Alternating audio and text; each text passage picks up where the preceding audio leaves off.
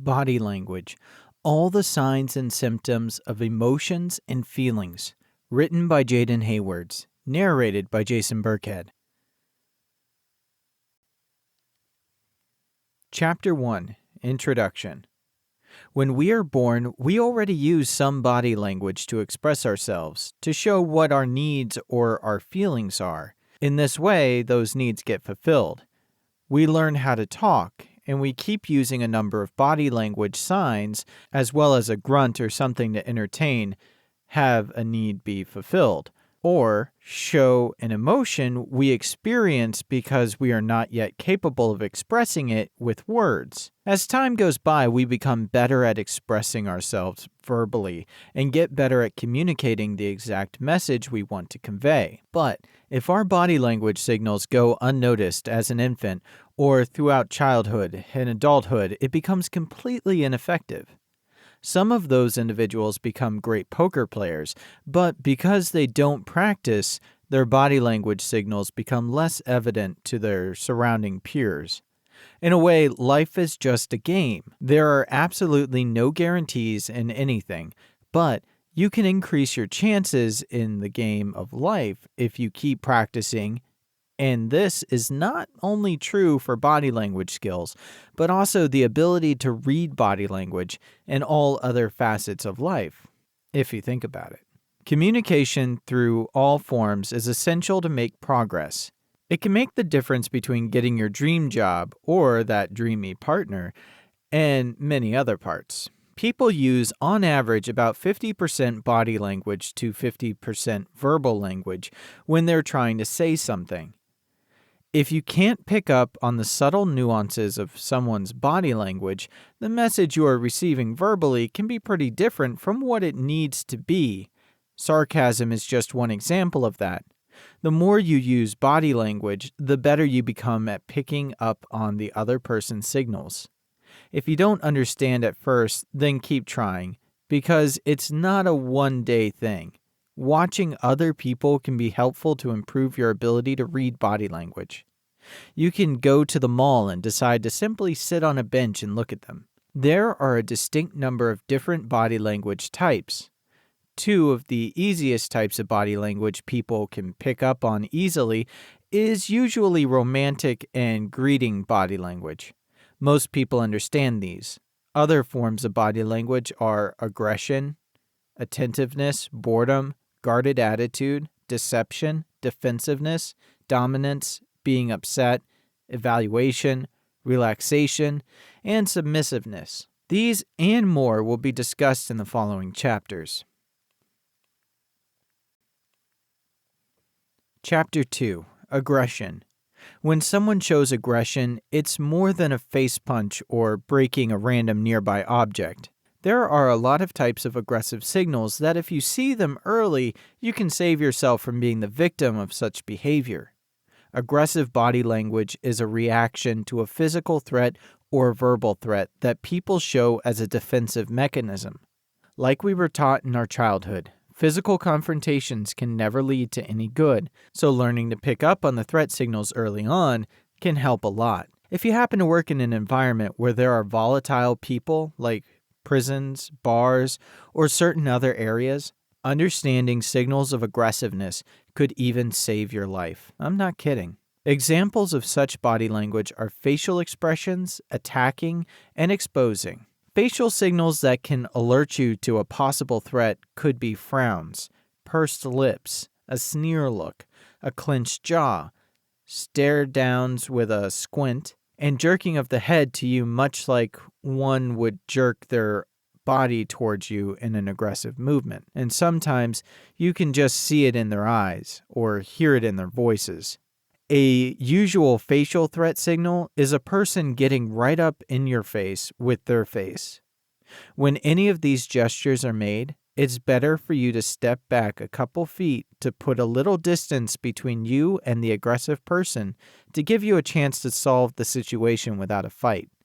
The attack stance of body language is normally the positioning of feet for stability and clenching a fist and muscles. These things happen automatically as negative hormones and testosterone levels are triggered in a person. However, There are also people who are perfectly capable of holding everything in, and there's no indication that they are ready to attack you. Watch out for those because they're cramming everything up inside until they explode. This is when body language alone is subtler and more important to notice when observing another person. A different form of aggressive body language is crossing one's boundaries, either mentally, physically, or emotionally. Fake friendships can be an example of crossing all three of these boundaries. By pretending to be a friend to another with intent to harm, aggressive body language takes on a chameleon effect in the beginning. They might smile and use friendly gestures to gain closeness. Everyone has a comfort zone or a personal space, if you will, and some people just invade that personal space. When that line is crossed physically by getting up in someone's face, bumping the chest, physically touching another without permission, or in some other way, that invasion of space is an aggressive body language movement. People generally do this to get into a close proximity of their prey so that they can have power over another by making him or her uncomfortable and to make it easier for them to get the first physical strike. So be very aware of this. Hand gestures are most times utilized to incite another into a physical confrontation, which could either mean flipping someone off with a flagging of the middle finger to hand gang signs, thrusting of arms to the ever-popular head roll thrust generally, frequently accompanied by verbal insults. Another clear indicator is the muck attacks like shadow boxing, slamming a fist on the table or against the wall or door, head-butting gestures, kicking, and more, without actually making physical contact with you. These things don't always mean a person will harm another. It simply means they are boiling up inside, and it's better to leave them alone and stay out of their way, because they are not as much in control of themselves as they should be. Adrenaline levels are high, and in order for their brains to function better, they need to calm down. Chapter 3. Being attentive. This kind of body language shows you are actively listening to what another person is saying. Yawning or nodding off would be an example of inattentive body language, of course, since it indicates they are getting tired of it. Being able to correctly show attentive body language can make an enormous impact if you are applying for a job, or if you are in a field of employment that requires you to talk to people a lot and get a conversation going or listen to their presentations. Another situation when having great skills in attentive body language is in personal relationships and when being with an intimate partner, friend, or family member. Listening is extremely important to create trust and have other people like you, more so than even having a lot to say. One method to seemingly actively listen to someone else through body language is by leaning into the person who is talking. Not too close, of course. Making eye contact and not checking your phone for notifications makes a difference too. They will always blink less than normal. Often when a person is attentively listening to another, their frown line will be indented, which indicates that they are focusing on what you are saying. Responding and confirming are important too. Nodding helps, and really trying to convey the message to the other that you are following what they're saying. Chapter 4. Being guarded. Have you ever thought about the fact that at a certain moment your partner, friend, or another you're talking to is bored with what you're saying? If you are wondering if this is the case, then this will help you. One of the first signals that someone is completely tuning you out is their stare. Where are they pointing their eyes towards? If they are regularly distracted by the slightest noise or movement, you know they are not really paying attention to you, regardless of how many times they assure you that they are listening. Watch for fidgety hands, feet, and twitching eyes. All those things are other pointers you have not captured your audience's attention. Another big clue is when a person starts to yawn or slouch. Naturally, yawning can be an indicator that a person is lacking oxygen, though. And it doesn't always mean they are bored. Sometimes they're just tired. If someone falls asleep on you, then you either have a big problem with your presentation skills or they have a problem paying attention, period. I personally know someone who falls asleep during church a lot, and even though it's a little rude, I also know they have body deficiencies that cause it. Some reasons people may choose to pay attention to something else or space out is that the topic you are discussing with them is something they don't want to listen to, or they have heard too many times from you in the first place. If there is no personal gain for someone to listen to you, they often tune out. Call it selfish, but that's how people are. When speaking to a group or on a personal level, it is important to use body language as you speak. Facial and hand movements can aid you to highlight what you are trying to say and stimulate both the visual and audio senses in your listeners. Try to keep things short and simple because if things drag on for too long, people lose attention. I even have it sometimes when I watch something on YouTube. I don't want videos that are more than a few minutes unless I do something else while listening to them. You don't have to re-explain the same thing in 50 different ways to get your point across. Always ask questions as you're talking to others. That is a good pointer of the interest level too. Often if a person is bored, you can detect closed body language, or in other words, being guarded. Closed body language says that your audience has shut down on you, and as far as they are concerned, you are not even in the same room with them anymore. Even if you are standing right in front of their face, teens do this a lot, especially millennials. No prejudgment here. They tap on their phones or look the other way, shutting out people who offend them or don't have their best interests at hand. Closed body language can also present a defensive action for people. Let me explain how. If you're confronting a person and they show closed body language, it could very well be because you are a threat to them. And in order for you to get across what you are trying to say effectively, you should approach them differently. People don't listen to someone who has something interesting to say when it's being said in a rude, authoritative, disrespectful way. Other examples of closed body language could be curling up in a ball, rocking tightly folded arms, almost in a self-hugging shape, legs tightly crossed or even twisted intertwined with one another.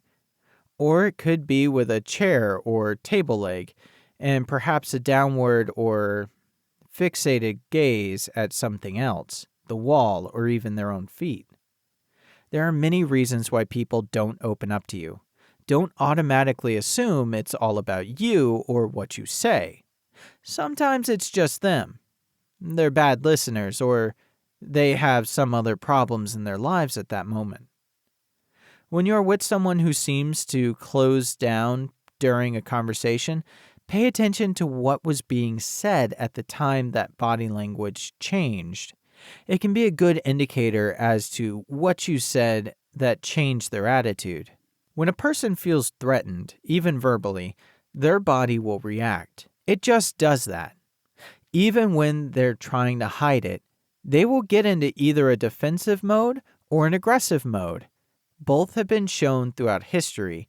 In the defensive mode, it is a self-protection mode.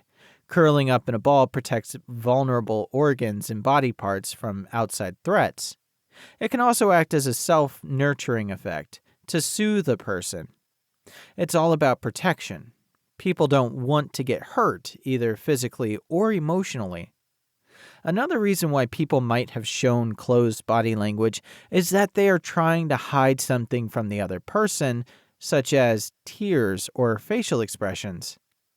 There are methods to change a person from a closed body language to a more open and accepting body language, like, for example, offering them something to hold, such as a drink, or a child a toy.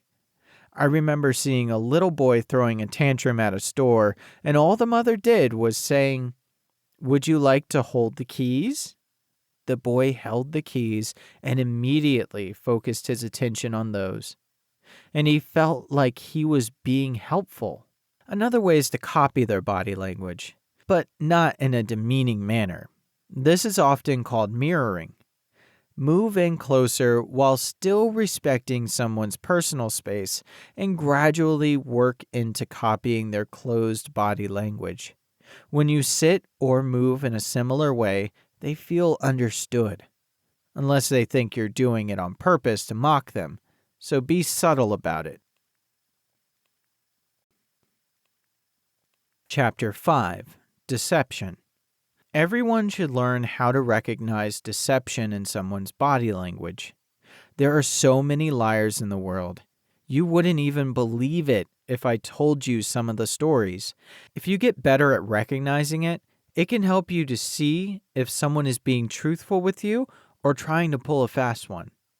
But be aware, some are geniuses at covering up deceptive body language, such as certain salespeople, sociopaths, borderliners, psychopaths, and criminally minded individuals. One good way to tell if a person is being misleading by their body language is to watch for anxiety clues. Several anxiety clues can be sweating, tension, rubbing back of neck or other body parts, quick movements, body twitches, a change of voice, and increase in speed of speech. Chewing on the inside of one's mouth and shoving hands in pockets or fidgeting movements. People always get a little nervous when they are lying. Someone who is lying will often make attempts to hide their deception by trying to gain control over their body language through forced smiles and exaggerated hand gestures. Fake smiles are a giveaway, and you can recognize them by looking at the eyes. The eyes don't smile. They are a person's window, but the mouth may be faked, as it is just a muscle movement. This could present as strange, clumsy, or jerky presenting movements. Their language may have hesitating moments in their attempts to slow it down and thinking intensively as to what to say next. They will often speak as they are being distracted and avoid eye contact. If they are standing, they may shift their weight from one foot to another too many times. None of these things are complete giveaways, but they are clues, and you should not overlook them. Police officers are often trained to read body language. Some of them are human lie detectors. As part of that training, they learn about how the brain functions and how the body responds when using different parts of the brain when thinking, such as eye movement. It is believed that the direction one looks into when he or she responds to a question can help in determining if the person is speaking the truth or not. This is not always a good indicator to be used in figuring out what's true. However, if a person looks to the right while answering a question, you should at least focus more on what they are saying. People consider it to be an instinctive action to look to the right when one is utilizing the left side of the brain, which is the logical and analytical side. They look to the left when they're using the right side of the brain, which is the emotional and creative side. It is thought that when a person is lying, they use the left part of their brain to create the lie, which causes their eyes to look to the right. The left and the right sometimes get mixed up, and according to some experts, they're the other way around. But the anxiety indicators remain the same. The polygraphs can easily detect people's anxiety when they are talking too. So do not be judgmental simply because the direction a person looks into when they respond to a question you ask them or are telling you a story they made up or remember. Pay close attention to their whole body language as well as their words. This way you can estimate more accurately whether it is true or not what they're saying. Here are several interesting things about eye movements when trying to recollect a memory or store data. When they are trying to think of a memory, we use the right side of the brain, making our eyes gaze to the left. When you are looking for visual memories, your eyes gaze upwards. And when a person looks down, they're trying to remember emotional memories. However, The shifty eye gazing right to left does not mean the person is deceiving you. It only means they're trying to recall or process auditory memories. Chapter 6. Defensiveness. Defensive body language appears when a person is feeling a physical or emotional threat, or if they assume their personal space is being invaded. Automatically, when a person feels like they are at the risk of physical attacks, they cower in order to protect vital body organs. A funny thing I've read somewhere is that many men, when faced with an attack by a female, almost always aim to protect their groin first. There must be a good reason for that. If you even pretend like you're going to hit a guy, watch how fast they protect the family jewels by either lifting a leg with a knee cross protection or their hands drop to cross in front of their crotch. This is for their own good, as it is a sensitive spot, perhaps one of the most sensitive ones. Krav Maga, an Israeli martial art, focuses a lot on protecting and attacking the groin area. When faced off against another guy, men will generally post in a fending off stance with arms drawn out and jaw-nose region protected. Typically, they harden their muscles to fend off against an attack better. Another common body language signal that will tell you if a woman doesn't feel comfortable is if she is carrying a purse or bag. She tightens her grip, and it will be drawn in closer to their body to protect it. Some people, when they don't feel safe, will show defensive body language by putting a barrier between them and the person or situation that is making them uncomfortable, like locking the door. It could also be a chair, a table, or even holding a package out in front of them that creates an obstacle between them and the perceived danger. They may grip their keys in between their fingers to use as a weapon if a situation were to arise. And actually, I advise anyone to do that, reaching for a weapon to give you an advantage if the situation truly seems dangerous.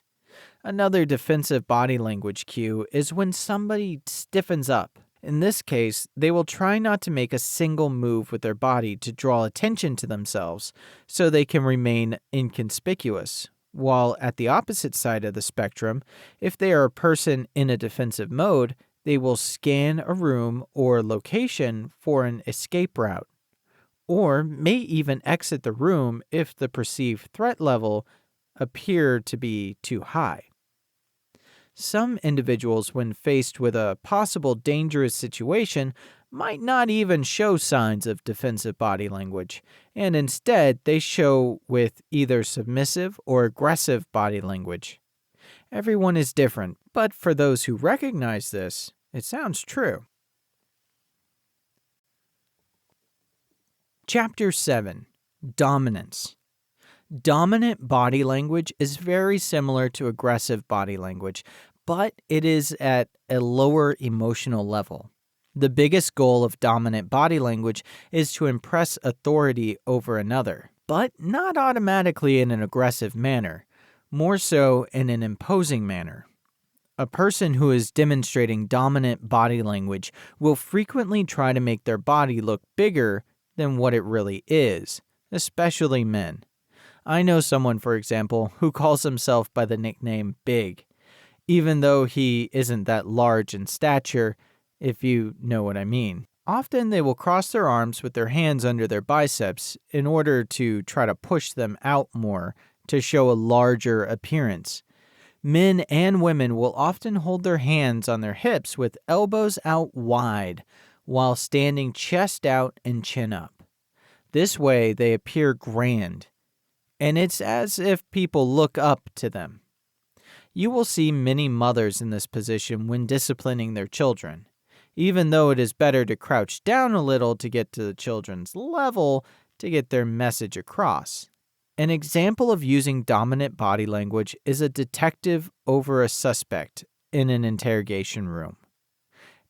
In interrogation rooms, you will often notice that the detective is standing and making the suspect sit to give them a dominant height over the suspect so they can intimidate the suspect. The detective may stand up in the room, and the suspect has to sit as the detective is walking around or coming up behind the suspect, leaning over the suspect's shoulder and talking instead of simply sitting at the table with the suspect. It's all about intimidation to get them to confess to something. They try to use fear to trigger releasing a secret. By invading the personal space of the suspect, they make the suspect feel uncomfortable on purpose. And with the added height and the suspect being talked down to, the detective achieves a dominant stance and often achieves the goal to reveal the secrets the suspect may be hiding. The detective makes it clear so that his suspect knows they are on the detective's territory and have to obey the detective's rules. A detective will try to dominate the suspect in other fashions as well, like name-calling or having a folder in front of them, leaving the suspect to ask themselves which kind of evidence the detective has against them. Tape recorders, even though it's used in the line of any interrogation, is another way to non-verbally dominate another person by leaving the suspect knowing that anything they say is being recorded. Anything can be used against them. Usually, a detective also uses facial expressions to taunt, control, challenge, and dominate the situation. It can be by using stare downs, rolling their eyes every time the suspect says something, yawning, squinting at the suspect while staring him down, or smirking sarcastically at the suspect's responses. Chapter 8. Emotions. Emotional body language has a very wide range of signs because someone goes through many different emotions.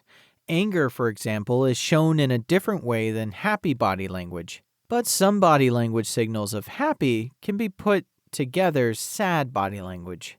There are so many emotions and there are so many subtle differences that it's a challenge to pick on these things. And then there is another thing, everyone is different. The way someone's parents may have shown emotions is the way they were taught, so each person functions differently that way. Anger can linger for many reasons, from getting a disappointing test score, tough day at work, financial setbacks, to numerous other situations. Some people become angry more quickly than others because their temper is shorter. We discussed some of the signs of anger and body language in Chapter 2. Fear, anxiety, or nervousness are usually shown in a similar way, and they all have common characteristics when it comes to body language.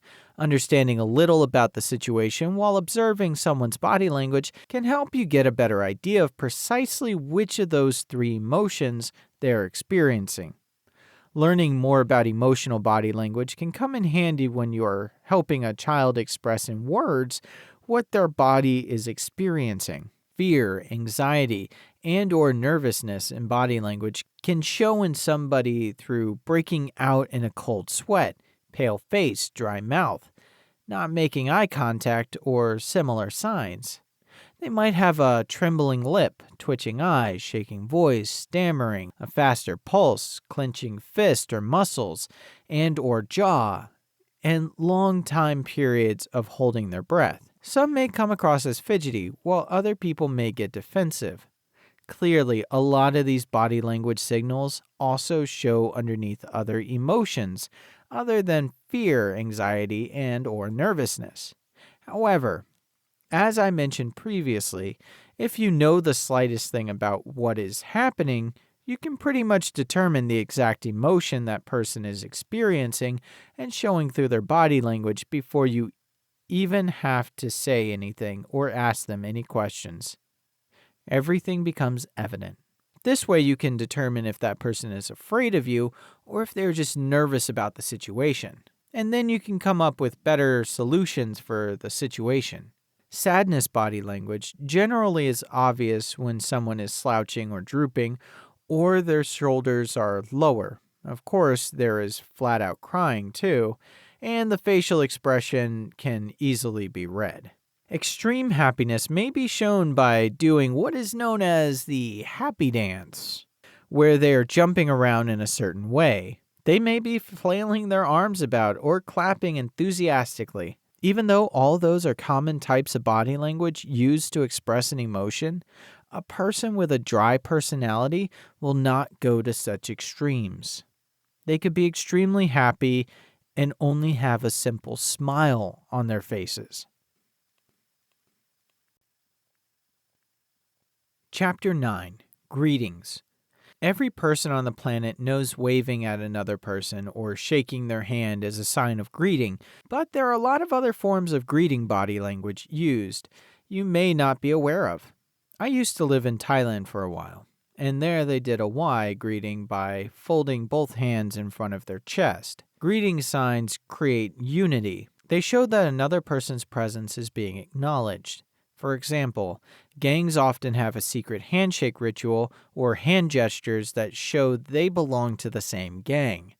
Kids in school often have their secret little club handshakes as well. Depending on the culture you were raised in, some forms of greeting body language may not be acceptable or may even be considered an insult in some cultures. For example, the Asians, read Thailand where I was, often put two fingers up in front of a camera to say something like peace or just for fun. But when a British volunteer came, he laughed because many people in the UK flip each other off with those same two fingers. He said it dated back to the time they chopped off archers' fingers in the wars. So, there's a gruesome story for you. Some people claim you can tell a lot about a person through their handshake.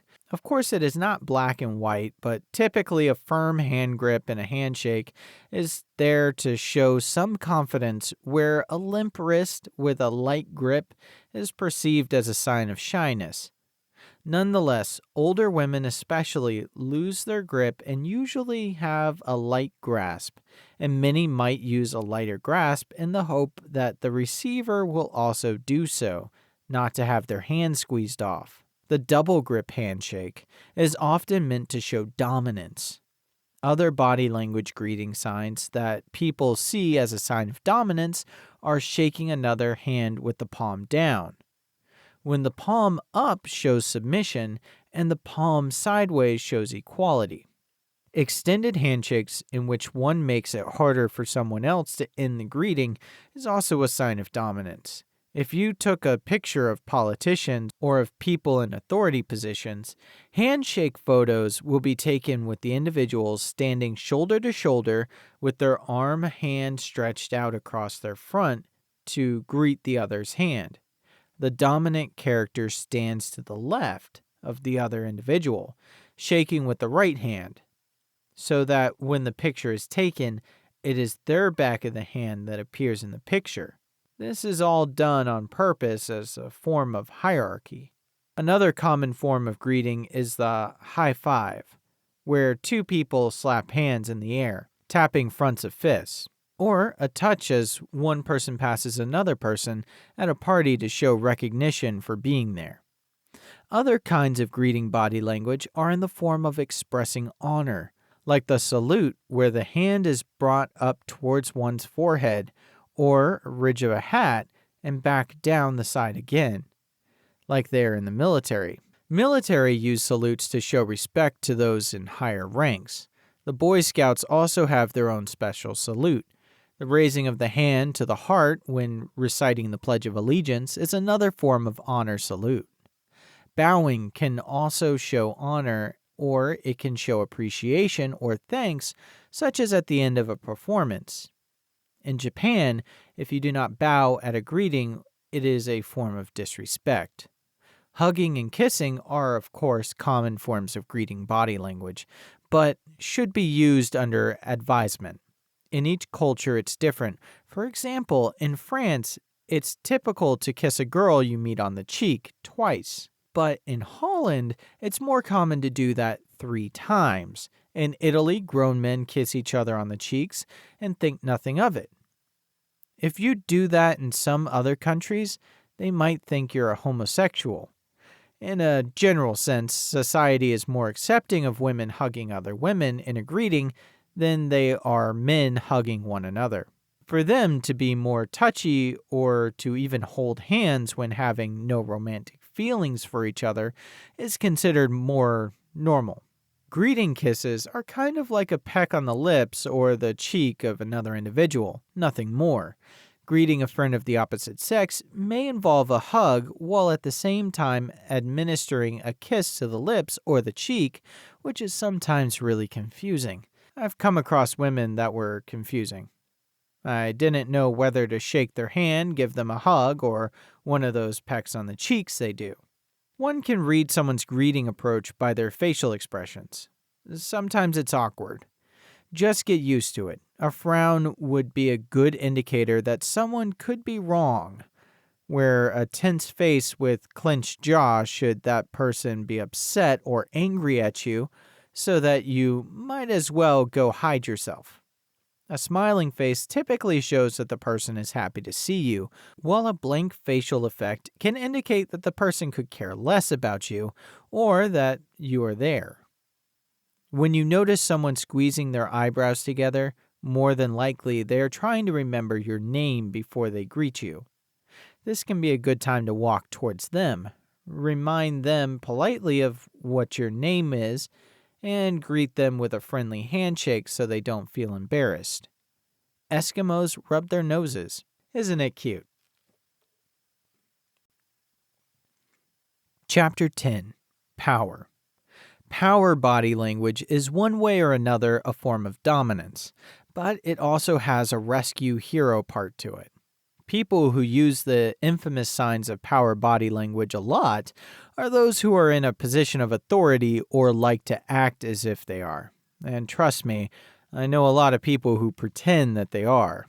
It could be an overbearing, dominant partner or a show-off or scammer. If a person appears to always have control over you, no matter what, they are probably exhibiting a lot of power body language, and that exact body language enhances the power they might have over you, or the perceived power at least. In the business world, power is always evident. Whoever earns more or knows more or accomplishes more will often show off their power or wealth. Those in positions of power in a company typically have the reserved and best parking spots. It's all about status, and most people wish they could show off their status the same way. They display their position and status from the sports car they drive to the size of the office or house they sit in. They spend more money just to show that they can. I saw a scenario like that in Istanbul, Turkey. We went to a nightclub where drinks were about 10 euros for a soda. I asked one of my friends, why would anyone pay 10 euros for a 7-Up drink if they can get across the street at a local supermarket for only 50 cents? It doesn't make sense to me. It's stupid. His answer was status. It's an ego thing. It's showing that they have the power and money to do what they want without worrying about cost and budgets too much. I personally don't like differences in authority that much. Maybe it's because I grew up in a certain culture, so I became allergic to hierarchy. But make sure, and that's just me, that you don't let anyone intimidate you or disrespect you. If they earn your respect, that's true power. You don't have to have anyone else pretend that they are above you. All those stupid games people play, perhaps they should show their true colors, right? If you are meeting a person who is known for trying to put him or herself above others, try to find ways to see through their little charade. Power players are really good at making another wait for them. For example, if there is a planned meeting, the power player will try to have everyone wait. Other mutual behaviors of power body language are invasion of personal space by standing too close to another person, touching while talking to them by putting a hand on another's shoulder, or an aggressive way to walk. Chapter 11. Readiness. Think of a softball player in an outfield, prepared for whatever ball may come to his or her way. Think about their stance, which is alert and focused.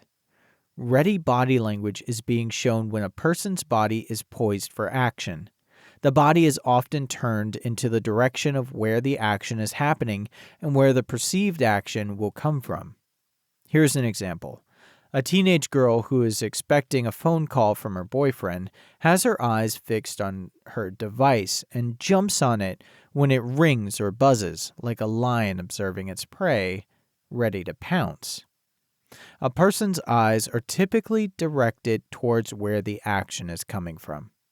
Their body will be tensed up and ready for action, and they may be fidgeting with their hands or having some other tic, or playing with a different object as they are waiting for the action in high anticipation. Kids show their ready body language when you make them anticipate whatever they are waiting for, like a trip to the park or a piece of candy. Brides who are waiting to walk down the aisle, and grooms waiting for the bride to walk down the aisle, are in that same nervous, excited state of being alert and ready. Unless they have the wrong attitude, of course. Sometimes people don't show the signs of fidgeting or being nervous, but you can see it when you look in their eyes. They are ready for whatever may come, or whatever they expect to come. Chapter 12. Romance. Romantic body language begins with flirting, and each gender is, or should be, aware of what the opposite sex typically admires, or they don't understand the seduction game. You could write entire volumes about the topic of romantic signals and what turns people off or on, but we'll keep it short in this guide. Romantic body language includes all the little subtle signs between flirting for the first time and marriage. Such things could include batting eyelashes, leaning in a certain way, walking upright, showing posture, showing skin, talking in a certain tone, smiling, or making eye contact, sexual gestures, etc. Clothes that attract certain body parts that the opposite gender finds more attractive are frequently worn, and in dancing, a lot of suggestive moves are being made, with all the intent to trigger some of the primal instincts most of us human beings have very strongly. Men may show their muscles and push them out to make them look bigger than they are. They walk with the shoulders appearing to be broader, or stick out their chest and suck in their gut. Women move their hips, toss their hair, move their shoulders, or stick out their chest as well. I wrote a whole book under a different pen name about how to flirt, and I can tell you, it wasn't even everything there is to say about it. I probably could have doubled the number of words in there. Flirting is so subtle and so elaborate of a topic that a lot of people don't understand it. But learning more about it can definitely help you find or keep a mate, the partner of your dreams. And too much romantic body language in the wrong setting, or at the wrong moment, of course, can come across as offensive. And people have literally been locked up because of it. So always be careful.